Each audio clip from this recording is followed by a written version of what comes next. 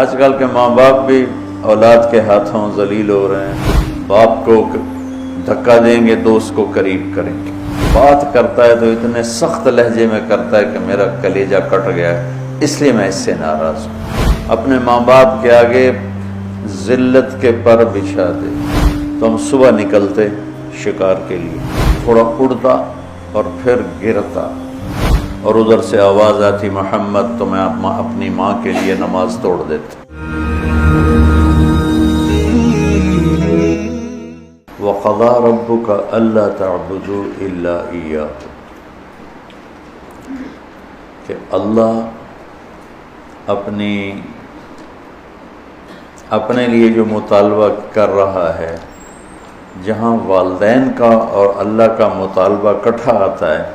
تو اللہ اپنا مطالبہ مختصر کر دیتا ہے، مختصر ایک جملہ۔ اب یہاں بھی اللہ والدین کی عظمت بتانا چاہتا ہے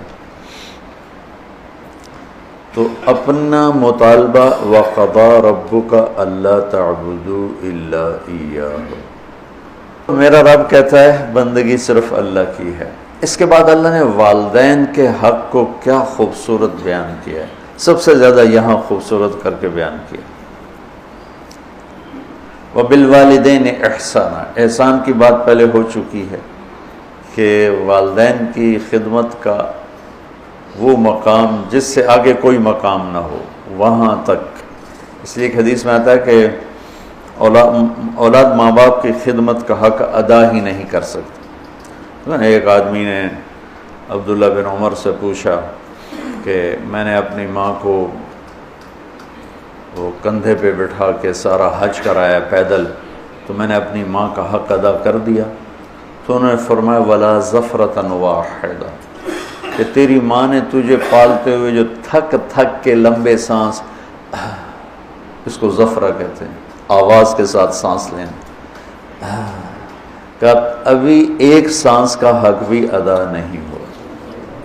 اس کا مطلب یہ نہیں کوئی ایک اور حج کروائے گا تو ایک سانس کا حق ادا ہو جائے گا، یہ کہنے کا مطلب تھا کہ یہ حق ادا ہو نہیں سکتا۔ ایک شخص نے اپنی ماں کو ایران کا صوبہ خراسان، کچھ افغانستان میں کچھ ایران میں، یہاں سے کندھے پر پیدل گیا، ماں کو کندھے پہ بٹھا کر پیدل مکے پہنچا، حج کروا کے عبید اللہ بن عمیر رحمۃ اللہ علیہ سے پوچھنے لگا کہ میں نے ماں کو خراسان سے اٹھایا اور آ کر یہاں میں نے ان کو طواف کروایا، حج کروایا، تو کیا میں نے ماں کا حق ادا کر دیا؟ تو انہوں نے فرمایا وَلَا طَلْقَةً وَاحِدَةً۔ طلقہ کسے کہتے ہیں؟ لہر کو، جو درد کی لہر آتی ہے بچہ پیدا ہوتے ہوئے عورت کے اندر، جو درد، ان لہروں سے بچہ حرکت کرتا ہے، باہر آتا ہے، وہ درد اتنا شدید ہوتا ہے کہ عورتوں کی چیخیں نکلتی ہیں، اور وہ بعض کا 2 گھنٹے وہ دردیں چلتی ہیں، کئیوں کو پورا دن چلتی ہیں، کئیوں کو 2 دن چلتی ہیں، مختلف ہیں حالات کے لحاظ سے۔ تو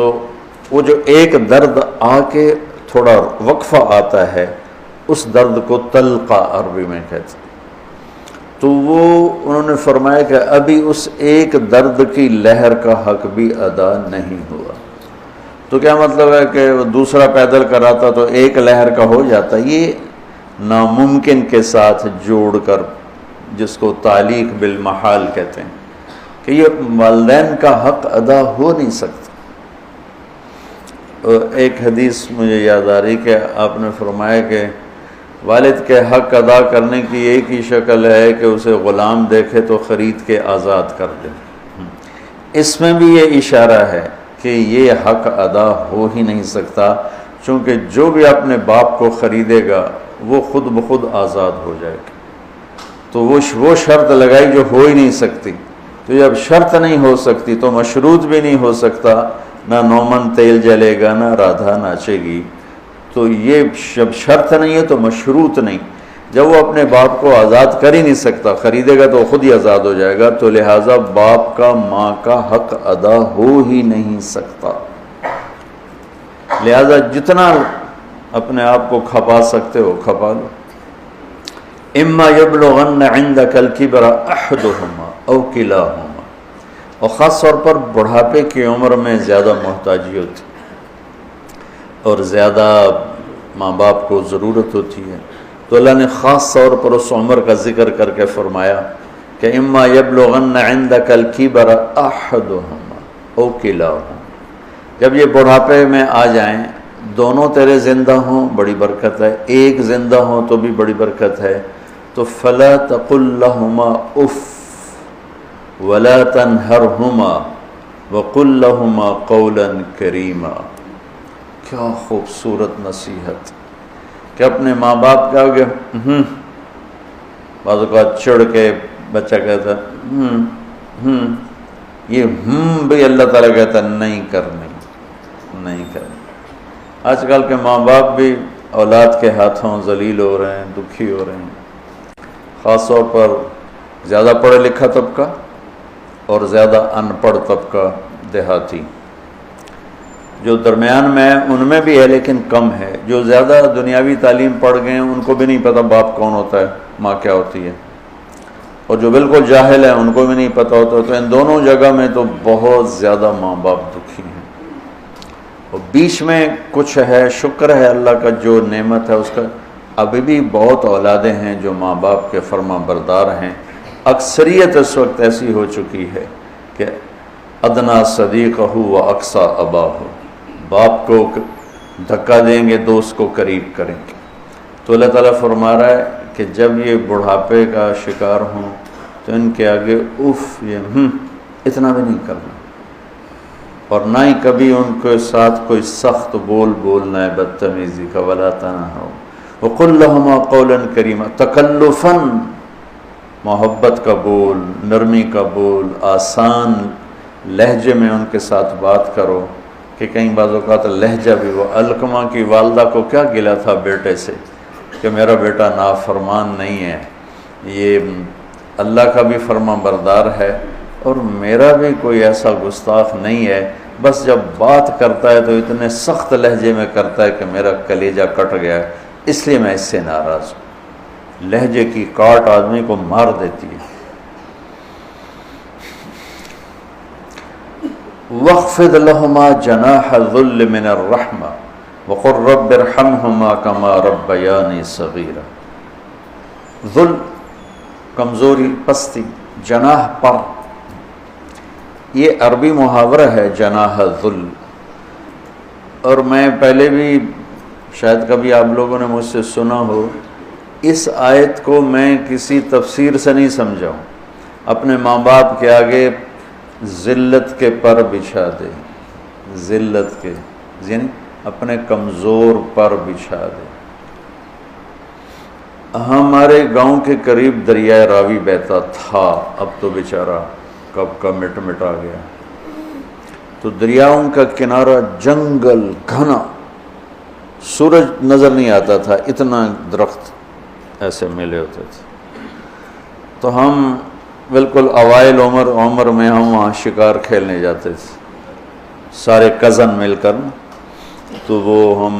7-8 ہم کزن ہو جاتے اور باقی نوکر ہوتے، اور وہاں جنگل میں ایک گاؤں تھا بوپڑیاں، وہاں ایک چاچا سردارہ رہتا تھا، ہمارے تایا جان کا دوست تھا، اس کے 2 کچے کوٹھے ہم جا کے قبضے میں لے لیتے، ایک میں سامان راشن نوکر اور دوسرے میں ہم کزنز بھائی وغیرہ ہم اس میں آتے تھے۔ تو ہم صبح نکلتے شکار کے لیے اور عصر کے بعد واپس آتے، تو 50-60 تیتر روزانہ ہی ہم مارتے تھے، بے شمار تیتر ہوتا تھا۔ پھر اس کو کسی کو بھون کر کسی کو پکا کر وہ ایک شغل ہو جاتا تھا، تیتر پکتے پہنتے، تیتر بھوندے پہنتے۔ وہ جو چاچا سر جنگل میں چلتے چلتے فجوہ کھلی جگہ آ جاتی تھی، اچھا بالکل پلین، کچھ بھی نہیں وہاں، جیسے مطلب یہ ہال ہے نا، اتنی جگہ بالکل کھلی، اور دائیں بائیں اسی طرح گھنا جنگل، تو وہ جگہ ہوتی تھی شکار کی۔ چاچا سردارہ جو تھا مرحوم، وہ تیتری کی آواز نکال لیتا تھا، تو مادہ تے مذکر تھا، مردہ ہی مردہ، مادہ تے نر نے تو جانا ہی جانا۔ تو وہ چاچا وہ جھاڑیاں لے کر نا، جھاڑیوں کے وہ ٹہنیاں کاٹ کے کافی ساری، تو وہ میدان میں تھوڑا سا پیچھے ہو کے بیٹھ کے نا، جھاڑیوں کے پیچھے بیٹھ کے تیتری کی آواز نکالتا، آواز آ رہی؟ اب میں ویسے تو نہیں نکال رہا ہوں لیکن میری یادداشت میں یہی آواز ہے۔ تو اس آواز پر نہ ایسے تیتر مست ہو کے نکلتے تھے، وہ ایسے جگہ بھر جاتی تھی۔ تو وہ ہمارے پاس وہ بندوقیں ہوتی تھیں، کارتوس چھوٹا چھرا ہوتا تھا، تو ہم فائر مارتے تھے، ٹھا ٹھا ٹھا ٹھا ٹھا ٹھا،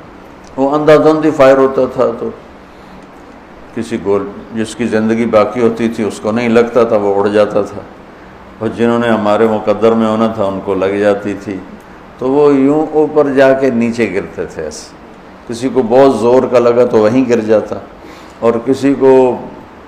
ایسے سینے میں دل میں ایسا نہیں لگا، دائیں بائیں لگا تو تھوڑا اڑتا اور پھر گرتا، اور گر کے اس کے پر یوں ہو جاتے اور سر اس کا یوں ہو جاتا تھا، ایک طرف ٹانگیں ہو جاتی، ایک طرف اس کا سر ہو جاتا، ایک طرف اس کے بازو ہو جاتے، اس کے پر۔ میں اس آیت کو اس منظر سے سمجھا ہوں، جناح الذل من الرحمہ۔ اب کسی تفسیر کی بات نہیں بتا رہا ہوں کہ اللہ تعالیٰ کہہ رہا ہے جیسے پرندہ زخمی ذبح ہونے کے لیے اپنے آپ کو پیش کرتا ہے، ماں باپ کے آگے اپنے آپ کو پیش کرتا، من الرحمہ، محبت کی وجہ سے، رحمت کی وجہ سے، مجبوری کی وجہ سے، تو وہ بھی زبان حال سے کہہ رہا ہوتا ہے ہن جو مرضی کا بامیں کو کے کھا تو بامیں ایویں کھا، ہن تو میں تیرے حوالے ہاں کہ میرے پروں میں جان نہیں ہے، پروں میں جان نہیں ہے۔ تو یہی تعبیر، ورنہ ہمارے کوئی پر تو نہیں، ہمارے تو بازو ہیں، بازو بچھا دو، ترجمہ تو ایسے ہی کرتے ہیں کہ اپنے بازو بچھا دو۔ بازو بچھانا بھی محاورہ ہے، مطلب ہے کہ ان کے سامنے پوری طرح جھک جاؤ، اور پھر ان کو وقر رب ارحمہما کما ربیانی صغیرا، یا اللہ انہوں نے جیسے مجھے پالا بچپن میں تو ان پر رحم فرما۔ ابو ہریرہ رضی اللہ عنہ روزانہ صبح جب گھر سے نکلتے تو اپنی ماں کو کہتے السلام علیک یا اماں رحمک اللہ کما ربیتنی صغیرا، اور آگے وہ کہ ورحمک اللہ یا بنی کما بررتنی کبیرا، وہ آگے یہ کہتی ورحمک اللہ یا بنی کما بررتنی کبیرا، یہ ماں بیٹے کا تعلق۔ اللہ کے نبی نے اس خواہش کا اظہار فرمایا کہ اگر میری ماں زندہ ہوتی اور میں عشاء کی نماز کے مصلی پہ کھڑا سورہ فاتحہ پڑھ رہا ہوتا اور ادھر سے آواز آتی محمد، تو میں اپنی ماں کے لیے نماز توڑ دیتا۔